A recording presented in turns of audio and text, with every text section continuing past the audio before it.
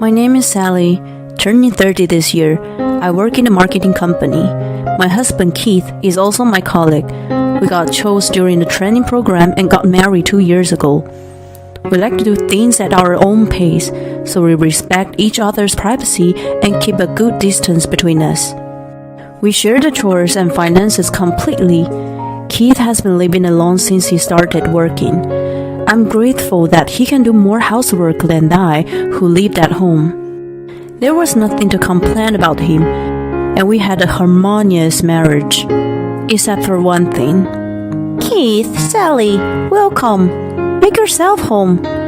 Thank you, Lisa.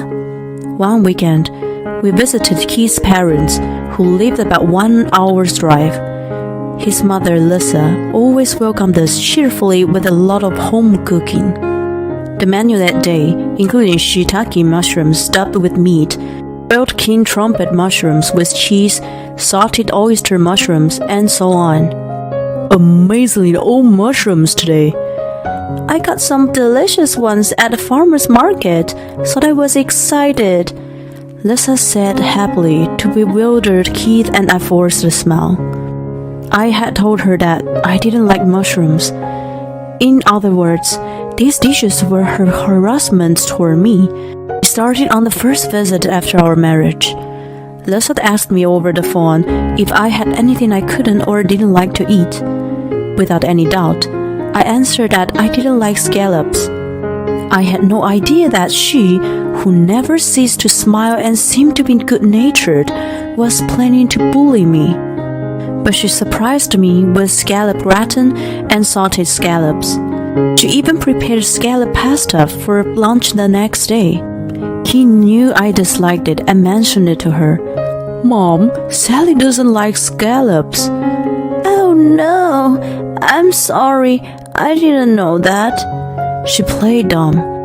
I was annoyed, but decided that she must have forgotten, and I let it go. Right before the next visit, she called and asked me again if there was any food I don't like. I answered, childishly, that I did not like the bitter taste of green bell peppers and Brussels sprouts. Well, I was served a lot of blows during my stay. Then it hit me that she was intentionally doing it. She didn't like me. It hurt more than it angered me. Keith sensed it too when she served things I disliked with pinpoint accuracy twice in a row. He didn't say anything at the time, but he apologized to me in the car on the way home. He looked twice as small and sad. Did I do something to make her hate me? No, you didn't do anything wrong. I'm not sure. I've been taking her word and haven't been helping her with the cooking at all. Maybe I should offer to cook. No, I don't think so. Me either. He was very clear about this, and I agree with him wholeheartedly.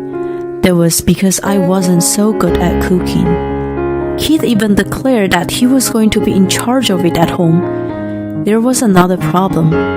Lisa's cooking was amazing. The first time she served me scallop gratin, I thought it would be rude not to take a bite. I gathered up my courage and put it in my mouth. To my surprise, it was delicious. It tasted nothing as I'd ever had before. I disliked the smell of the sea, but there was no trace of it. And the texture and aroma of the scallops and the smoothness of the cream with the melted cheese were a perfect match. The green bell peppers and Brussels sprouts were also exquisite, and the mild bitterness beautifully accentuated the dish. I complimented the food and gobbled them down. Lisa's dumbfounded expression left such an impression on me. It was also the reason Keith couldn't get mad at her because I ate everything she served. I enjoyed the food that was supposed to be unsavory to me. It was my third visit. I devoured the mushroom dishes with gusto. Thanks to Lisa's harassment, my dislikes were decreasing. Since I was introduced to her cooking, I realized that the reason I'd been picky was that I grew up in a family that didn't care much about the food. Oh, I had no idea mushrooms would taste that good. I've been missing out on so much in my life. I rubbed my stomach in satisfaction next to Keith, who slapped his forehead. What would be Mom's true intention if you enjoy harassment? She's a good cook, so maybe she has some pride? I don't get it. Frankly, I'm more concerned about your dad and brother's attitude than your mother's harassment. I guess you're right. Lisa lived with her husband David, who retired a few years ago, and another son Kyle, who was single. Her direct harassment was the least of my worries, but I was more annoyed with Kyle, who watched me with a smirk. Perhaps he knew that she was entertaining me with something I disliked. When I ate the food with relish, she looked puzzled, but he showed obvious dissatisfaction. He even watched my every move with unpleasant attention, and if I made the slightest mistake, he would make sexist remarks. On the other hand, David thought I was a servant, a housekeeper or something, and ordered me around with a snap of his fingers. Keith shielded me, but I still felt degraded. You know, we shouldn't visit them anymore. I was taking advantage of your generosity, but there's something wrong with my family, he murmured after the visit. I guess you're right. No matter how good the food was, it didn't change the fact that Lisa was harassing me. I was also fed up with the male chauvinism of David and Kyle.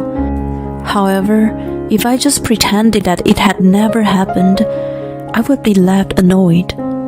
I had an idea of how to get back to them. Okay, can we have the vinyl visit on New Year's Day? Here's something I would love to do to them. When I shared my idea with him, he seemed a little reluctant, but he agreed to go along with it. Lisa disliked me for some reason, and only put things on the table I didn't like. Maybe it was going to be the last time we saw each other. I hoped she would take my paycheck to her heart.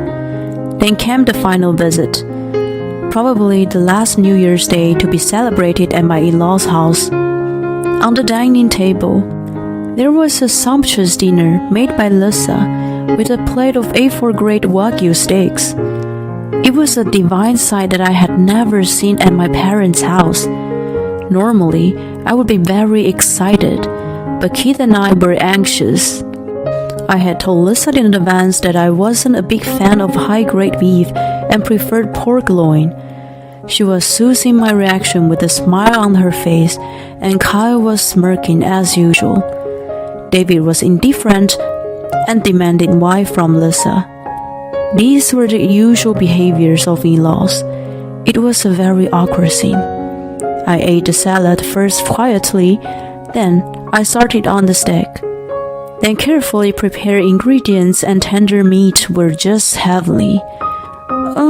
Your cooking's just perfect, Lisa. A compliment came from the bottom of my heart. Oh, thank you. Lisa had a confused look on her face. Almost speaking over her, Kyle opened his mouth with a nasty smile. By the way, why are we having such an extravagant dinner? Is there something special to celebrate with expensive beef? Well, Lisa mumbled. Ugh, what a rotten character he was.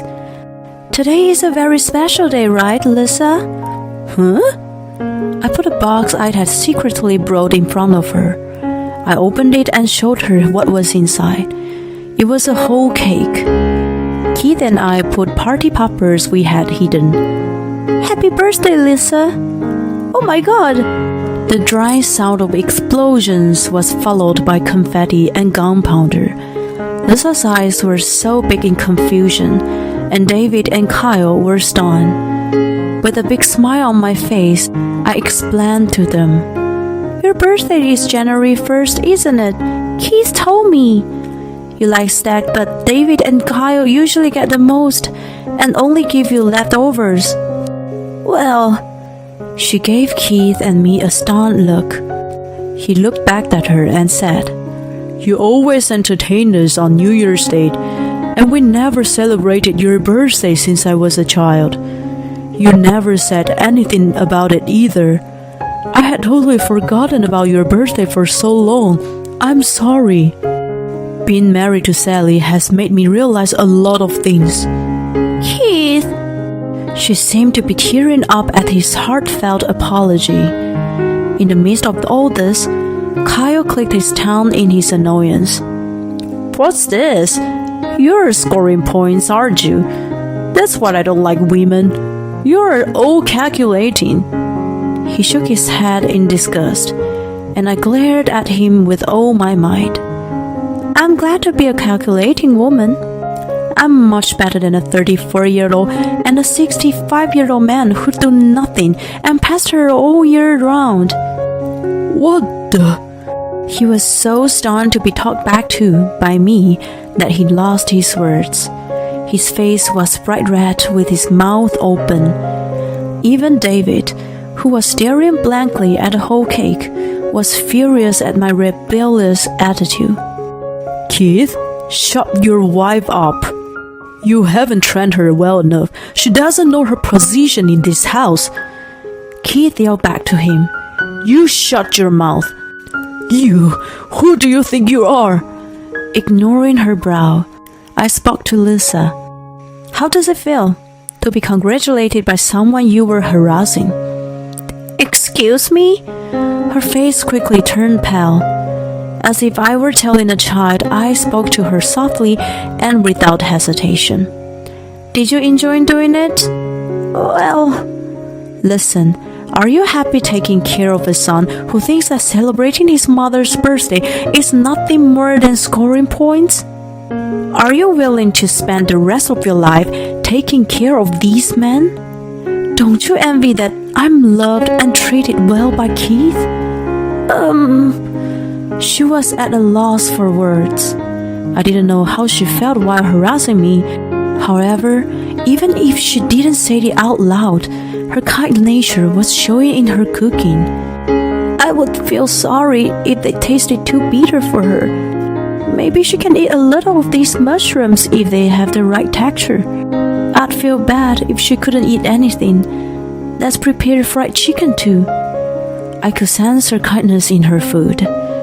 Keith had told me that his late grandmother lived there until a few years ago and that she had assumed control over the family. Lisa had been bullied by her and given the lowest rank. She spoiled only Kyle, the eldest son, and Keith was left out. Even after her passing, the treatment of Lisa within the family did not change. When Keith became acquainted with my family, he realized for the first time that something was wrong with his family. The root of all evil in his family was David and Kyle, and Lisa was their victim. Even though I knew this, I couldn't easily forgive her for her bad behavior toward me. Still, her cooking was filled with genuine kindness and was amazing, so I wanted to give her a last chance. Keith and I will never come to this house again. What? What are you saying? I was talking to Lisa, but David and Kyle jumped in. Who do you think you are? You don't have the right to decide. That's right. A stupid, emotional woman has no right to speak. Shut up! When the normally calm Keith yelled like an erupting volcano, Kyle flinched. Using him as a shield, I suggested to Lisa, if you want to see Keith and me, and your future grandchild, please think about what you should do. Please think about what you want to do with these selfish men. For yourself. For myself, she mumbled and looked to heaven. Don't take this black-hearted woman's word. Her goal is to break us apart. Kyle yelled at her, but she kept silent with her eyes fixed on the birthday cake. For the first time in decades, it was prepared for her. Keith and I left the house at that point. As we were getting into the car, David followed and cursed us, but we ignored him and drove away. There was nothing more I could do. It was up to Lisa. 3 months later, Lisa left her house and came to mine. She apologized to me on her knees at the doorstep. I rushed to stop her, but she repeatedly apologized with tears running down her cheeks. She was brainwashed by her late mother-in-law that a wife was supposed to serve her family and that women were lower than men. Even after her passing, Lisa had been living under the spell for a long time. When she saw Keith and I happily sharing housework, she looked at us with amazement and jealousy. It was Kyle who took advantage of her feelings and told her to discipline me by bullying. There was a role of a mother-in-law. After being bullied herself, she believed that it was a normal thing for a mother-in-law to do. She was well brought up and was not used to being nasty to people though. Serving what I disliked was the best she could do. However, I praised her cooking and happily gobbled everything. She felt miserable being mean to such a good daughter-in-law, but she still couldn't stop herself. After our last visit, she felt emotionally drained and shut herself up in her room, except for doing the bare minimum of housework. Kyle and David complained about her lazy cooking and apparently had a great time bitching about Keith and me. As she watched her disgraceful family and thought back on my last words to her, the spell gradually melted away. She did not want to waste the rest of her life for those who didn't treat her as a human being. I could feel her suffocating pain. I almost blurted out that she should have lived with us, but Keith gently stopped me. Instead, we found her an apartment a 15 minutes walk from our house. By the way, when she announced that she was leaving, David pleaded and yelled in panic. Kyle, on the other hand, coldly stated, "An old woman who has never worked can't survive on her own. There is no way that she and Sally would get along." David was dragged in by his arrogant attitude and kicked her out of the house in the end. It was true that probably no company would hire an almost 60-year-old with no experience. What I didn't know was that she had some unearned income from an apartment and a parking lot business that she inherited from her late father. As soon as she lived humbly, she had no worries about her finances. Of course, she had lived for her family all her life. Gambling or squandering money had never been in her mind. It was rather more concerning for Kyle, who had never paid a cent for his living expenses at home, and David, who had retired and had to live on his savings and pensions. They relied on her for both chores and finances, and never imagined what would happen when she was gone. At first, they lived a comfortable life by eating out, buying prepared meals, and using housekeeping services, but such a life could not last. 3 months later, David got a call from the bank that his account was overdrawn and finally realized there was no balance left. Moreover, due to the poor diet, Kyle had gained a lot of weight, and David was suffering from health issues due to excessive consumption of salt and alcohol. He used to be proud of his good health, so it was such a shock for him. They must have finally realized that it was all Lisa, who kept a peaceful family life. 5 months after Lisa moved out, they grew impatient with her not showing any signs of coming home and ordered her to return. However, once she had awakened from her brainwashing and realized the comfort of living alone, she had no intention of going back to her old life. Instead, Keith visited them with a lawyer, and divorce proceedings were initiated. They resisted all around, but they didn't have the money to hire a lawyer. It took a long time, but Lisa was eventually set free.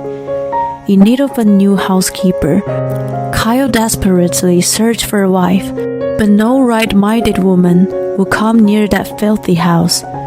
The two, unable to lower the standard of living, kept adding their debts and garbage. They eventually went bankrupt, and the house was sold after a while as a vacant lot. They lived in a small apartment while working day jobs. They were still thinking that if Lisa saw their devastation, she would feel responsible and apologize to them. They showed no love or appreciation to her, but only expected to receive her unconditional love. What fools they are! On New Year's Day, 4 years later, "Happy birthday, Nana." "Thank you." Lisa smiles happily as she receives a crayon sketch drawn by her soon-to-be 3-year-old grandson. "Here, Mom. It's a nice piece of meat. Eat it while it's still hot." "Oh, how wonderful." She watches Keith, who is in charge of the grill, with twinkles in her eyes. Now she and I have come to know each other so well that we even go on day trips together. Keith is learning to cook from her on his days off and steadily acquiring her skills. My son has been receiving all of her love and affection. I'm very satisfied to enjoying her delicious meals while seeing her peaceful face. Mother-in-law and daughter-in-law, man and woman, it doesn't matter who does the cooking. The heart appreciates and enjoys the food prepared with love. A dining table shared with those hearts at the center of the home is the happiest thing in the world.